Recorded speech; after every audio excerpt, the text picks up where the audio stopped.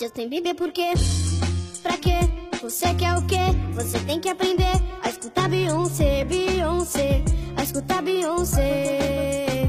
E eu até gosto dela, mas prefiro ser funkeiro e ouvir baile de favela do que ser uma doida e se cortar como ela. Agora ele é da Hailey, não pertence mais a ela. Nunca pertenceu. E eu sou Loveirick, Beehive, fã do Drake.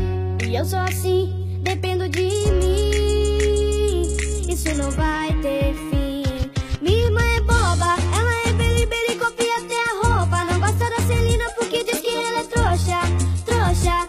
Minha irmã é boba, minha irmã é boba, ela é beli, copia até a roupa. Não gosta da Celina porque diz que ela é trouxa, trouxa. Minha irmã é boba. E eu até gosto dele, sou fã dele, mas não é por isso que eu vou morrer por ele. Amo One Direction, sem sair eu não chorei por ele. Mesmo que o grupo se separe, você é Directioner. Fizeram CDs que eu não vou esquecer. Existem vários cantores pra se gostar de apenas um. Mas uma coisa eu te digo, não faça isso, meu amigo, não critique o meu ídolo. Cada um tem gosto diferente. É tipo eu que gosto de Evanescence. Justin Bieber por quê? Pra quê? Você tem que aprender a escutar Beyoncé, Beyoncé, a escutar Beyoncé. Justin Bieber por quê? Pra quê? Você quer o quê?